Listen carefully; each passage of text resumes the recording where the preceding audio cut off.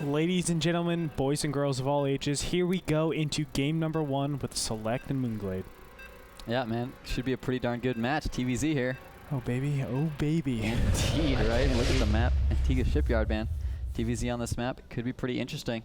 It is. We've seen some pretty cool TVZs on this map. We have. We definitely have. I do want to give a quick shout out. If you guys haven't already known who's casting next to me, it's going to be Jake Orb-Sklaroo. Or just Orb. I guess Orb. Just Orb, man. It's nice to be here. No, it's great to be here. Oh, it's absolutely fantastic to be here. There's no doubt about that, man. TVZ on Antigua Shipyard with these top-level players. Where else could I possibly want to be, man? Can't think of one. Yeah, you can't think of it. Exactly. Maybe in that bunker, if we were in that zombie apocalypse. No, stop it. Stop it. Stop. Well. Yeah, I can't think of a better place to be right now other than casting Starcraft 2. You know what? It's a beautiful day outside. It's sunny. It's great. Screw that, man. I'm inside watching Starcraft 2. Seriously. I don't like outdoors. Sun's for nerds, man. Gotta watch Starcraft 2. Gotta watch Starcraft 2. Well, we do have in the top left-hand corner the yellow Terran. Hey, stop moving around. Oh, please. All right, now you can move in. Top left-hand corner, we have the yellow Terran over here. Dignitas Select. Bottom right-hand corner, we have Moonglade. That's his Twitter. Is that his? Moonglade. With like with UH or I think it's a U or UA like or something. After it too? They always do that. No. Oh, okay. But tilde. That's awesome. It is always. And awesome. If you don't know what we're referring to, Koreans a lot of times they like end things with Yeah. You know, like plague. Yeah. Yeah, plague. Exactly. And if you don't know what plague is, go to YouTube and type in plague. Yeah. Plague, but end a U. Yeah. It's the funniest thing ever. If you appreciate anything related to Brood War, you will love that video. But you know what? Look at this, 15 hatch from Moonglade. So clearly feeling very confident. With, of course, that 5-second increase in barracks time that he's not going to die to any type of T-Rex. Yep, and going up to actually 16 workers, then putting down the extractor, probably putting down the spawning pool directly after that. He's just going to save up. And what this basically does, getting the extractor down before spawning pool, it allows you to get that metabolic boost or the Zergling speed, and it allows you also to deny any scouting SCV. Yeah, no, that metabolic boost gets you a lot of stuff, not just denying the scouting of your opponent. It gets you map control, you scouting, and it can also help deal with things like Hellions, which many Terrans go for. Reactor Hellion expansions, I believe that's what we're going to be seeing here from Select. He does have the gas up, does have the barracks, so I mean, it could be something else. But that's the most standard build right now in TVZ, and it does allow you to get you some map control, deny creep spread from a Zerg, deny their scouting, while also taking a relatively quick expansion. Of course, Moonglades is going to be a lot quicker, but Select's going to be able to scout this, as SCV does get into the base of Moonglade, since those Zerglings, of course, are not out yet. No, but he's going to get in here and see the absolute standard thing. One thing he should do is look at that extractor and say, oh, you mined exactly 100 gas. You started at 2,500, now it says 2,400. So I know metabolic boost is coming. Now that whole pool is just, there's waves in it. So it's a huge indication. It's a wave pool, man. It's a wave pool, man. It's a theme park. Oh my god, they should make a Starcraft themed theme park. Wait, isn't there one of those like in China or something? And they should have a wave pool, but it's a spawning pool. Yeah, man. That'd actually be gross, like dude. Green dye. That'd be absolutely the grossest thing in the world. That'd be awesome. I would go. You would. I would go, man. You're gross. They would have a roller coaster. It would be like the Colossus, and you just like go up and down the legs or something. I don't know, fall up and down. I don't know, man. It'd be pretty sick. But and then you go into a room and there's just ghosts everywhere and they snipe you. Oh god. That sounds more like a nightmare, man. Whatever. I don't want to have that happen. Better than banelings, bro. That's true. That's true. You never want to walk. I mean, you don't even see. Well, I guess you don't see the ghost, but you see the blur. Whereas banelings, you're just walking along. All of a sudden, bam, splat. You're dead, man. The baneling was underneath you. It's like a landmine. That's evolution. That is evolution. You're right. But you know what? Select is just going to be going for the standard build. You know, it is going to be the Reactor Hellion expansion. And looks like he's going to add on that tech lab immediately onto the barracks. But, oh, interestingly, he pulls that factory off of the reactor after making just 2 Hellions. Most Terrans will wait, get 4 Hellions, then pull that off. So he doesn't want to overcommit to this, doesn't want to waste a couple more minerals on extra Hellions that he doesn't think are going to be useful. Of course, more than 2, I mean, you can use 2 to deny that third, deny the creep spread. You don't need more than that. You only need more if you're actually going to go try to go for that harassment on the mineral line. Is he going to cancel that? Yes, he does cancel it. Nice. And for those of you that don't know, if you cancel a creep tumor that's just coming up, it actually regenerates back in the original creep tumor, and you can go ahead and plop one down again and just retains that creep tumor. So great job coming in from Moonglade, just making sure he doesn't have to plop down another 25 energy, which is a larva inject from a queen. Yeah. It is, and he's fully defended right now, as you can see with those 2 spine crawlers. So Moonglade has a pretty good position to set up. He's feeling very safe on 2 base, and I was expecting him to maybe go take some type of early third. And in fact, he is going to send out that drone. He's going to use those speedlings to try to get rid of the Hellions, but the Hellions aren't even in position. So it's like not going to be able to see that Moonglade's going to go take this early third hatchery. And I was a little bit confused that he's taking the second gas right around the time he's taking that third hatchery as well, but perhaps he wants to get that lair out pretty soon. We'll have to see if he is going to go up to mutas in this map, or if he'll just go for the infestor base composition. See, just the expansion being taken for Select. I like what he's doing. He's just going to be powering very hard off of these barracks, and additionally getting a fast starport. Now he's supply capped, but there it's relieved right there. These 2 medevacs will basically reassert himself map control. He will be able to go out about in the field and potentially drop his opponent, especially that in conjunction with these 2 Hellions that are running around the place. But I don't even know. Does he know? No, he doesn't know about that fast third. Select needs to scout that out, but yeah, I don't know if he will be able to. Gotta be careful with these Hellions, but yeah, I mean, that's the #1 purpose of those Hellions, is scouting. After that, of course, is denying your opponent scouting, denying the creep spread, etc. But really needs to check that. That would just be such an obvious point in time right now that the Zerg would have gone and taken that third, so I'm really surprised that he did not actually scout that out at all. But, you know, there is an Overlord in his main being taken out, so Moonglade was trying to get some scouting information. Did you see that? eBay? Yes. Oh, well, he at least saw the starport. He saw the starport with the reactor at least, so he knows that, of course, Select went for some pretty early medevacs here. And I'm pretty surprised Select didn't actually get that single Viking that we see so many players go for, because now he's going to have to be very careful with the placement of these 2 medevacs, that he does not walk by any of these Overlords. Luckily, though, it looks like Moonglade only has 1 Overlord on that side of the map, and it is very far away from where those medevacs are going. Thanks to that, you know, that Zelmaga tower that he's holding, he knows that this whole area is open, so he's going to be able to run straight into the main of Moonglade. It looks like Moonglade is preparing, though. He has this spine crawler coming all the way over to that main, and Banelings are in position to intercept any of these Marines that will be trying to attack, but they don't have speed on those Banelings, and additionally, he doesn't have a lot of creep around here. So here the Marines come, and focusing down the Baneling nest. Is he going to get the snipe, though, on the Banelings? Nope. He just lifts up and goes away. So, unfortunately, not the most successful drop from Select. I mean, he really... wow. I like this play, though. Yeah, I mean, he's just going to try to bait Moonglade into engaging into the Marines and then fall back where there are Marines on the low ground that can shoot these units. He tried to snipe one of the Banelings.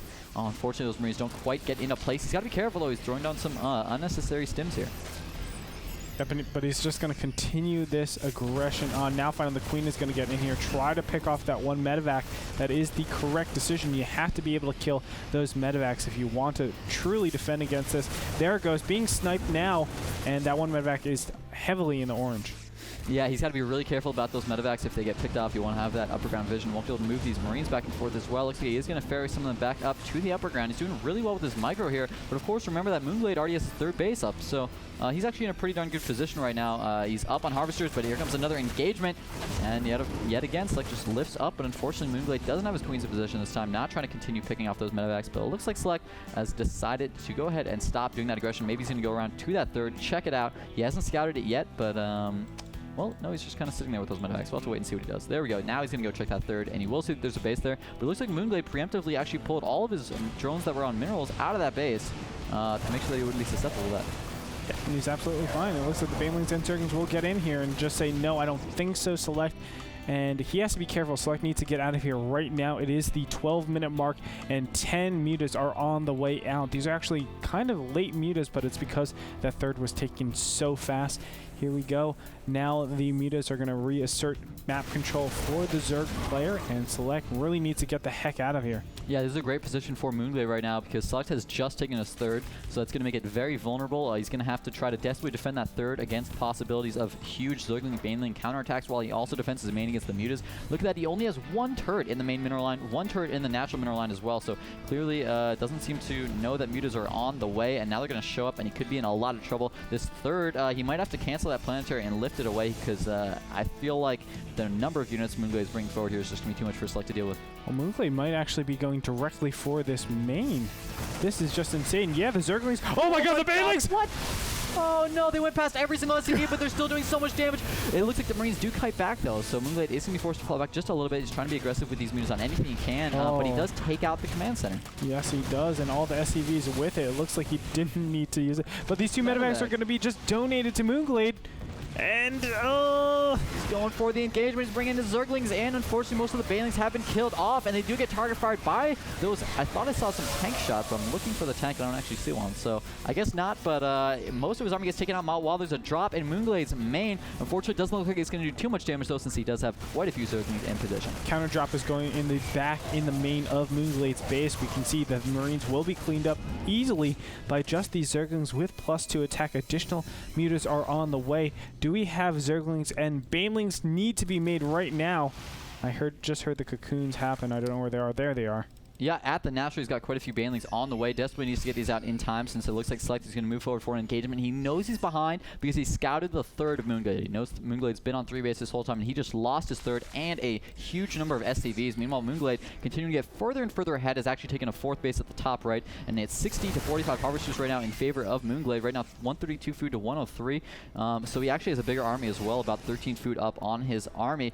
He's just going to have to be very careful with his engagement. Of course, he really wants to fight on this creep, and he really wants to get a good Zergling flank so he can actually stop those Marines from kiting and get those Banelings in there to do the sick splash damage. 42 Zerglings were on the way. Now they're all ready and willing to attack. Here we go. Oh, and the worst time possible for Select. He unsieges all of the siege tanks. It looks like they will go down, only firing one single shot. Now the mutas and Zerglings are bearing down on all these Marines. The medevacs are being taken out first. An excellent decision by Moonglade. Moonglade is just overwhelming his opponent. All these units just streaming in, and the tanks are just no match for this Zergling force.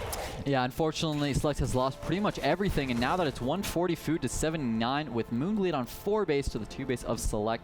Select would have to pull out some type of miracle here if he wants to win this game. He is so far behind that Moonglade can essentially go for any strategy he wants right now and have the potential to win here. So unless Select can just do some ridiculous damage with drops, you know, he's just going to fall further and further behind as Moonglade's economy just gets scarier and scarier with this 4th base.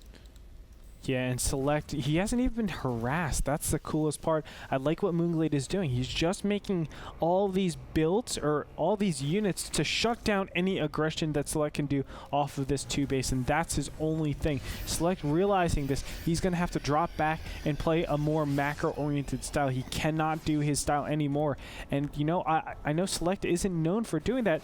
While everything's sort of passive, Moonglade is going to go and take out all these.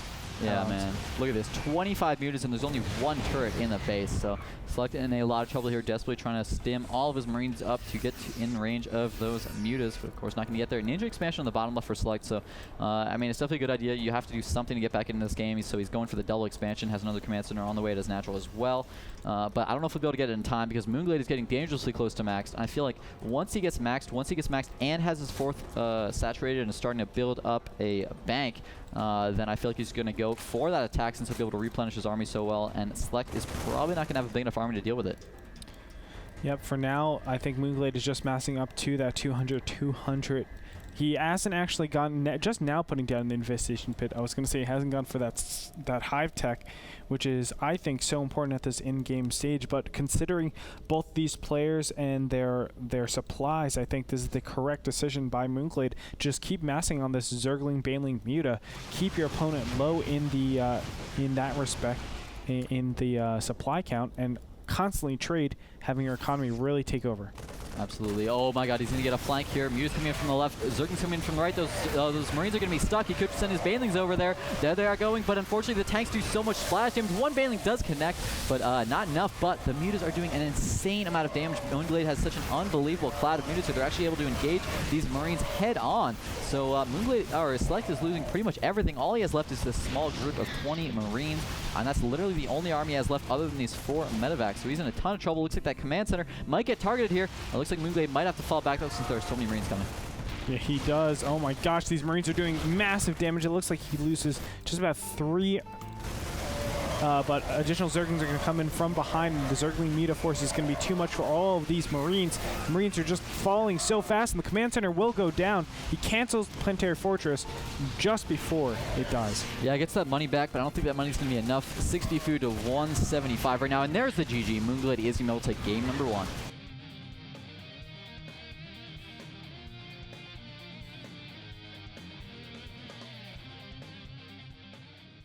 So Select does a build that was really incorporating early aggression, getting those medevacs out, I think pre 9 minutes, which is really fast.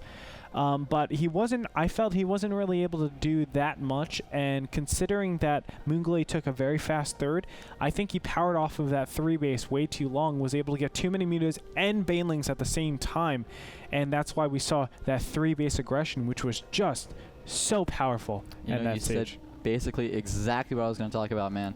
It's just the fact that he went for those drops, and when you go for those drops, when you go for that heavy marine medevac play, what you're doing is you're delaying your third as a result to be able to put on that aggression. Yep. So the point of that is to force the Zerg to make a lot of units instead of drones, and also to do some damage. If you do no damage, and I don't think he killed a single drone through like that entire aggression. So without a single drone kill or a queen or overlord or pretty much anything there, just a couple Zerglings essentially here and there, that just gave Moonglade so much power once he was already on 3 base that he was easily just able to overpower Select. One thing you need to do in that stage to delay mutas and drone pumps as much as possible, you need to start killing the Zerglings, you need to kill the banelings, because what you're going to do is indirect damage. It's opportunity cost with the larva. The larva have to be spent on Zerglings and banelings to additionally defend against those marine drops.